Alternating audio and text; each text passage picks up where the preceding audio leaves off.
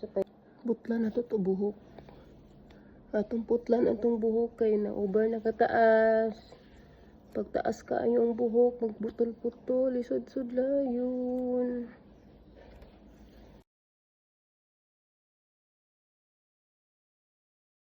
Ay, yung panahon. Sana na siya. Hindi na ako siya ipa-straight, no? Kaya kung ako na siya ipa-straight dito sa likod, may tabuan na. Kuan, ang may tabuan na, di ko kabalo. So, pahiwi-hiwi ra.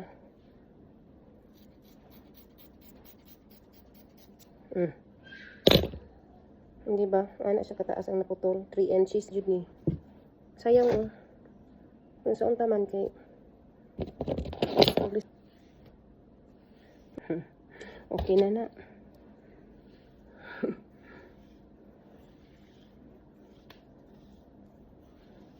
Buo na siya. Ano na siya.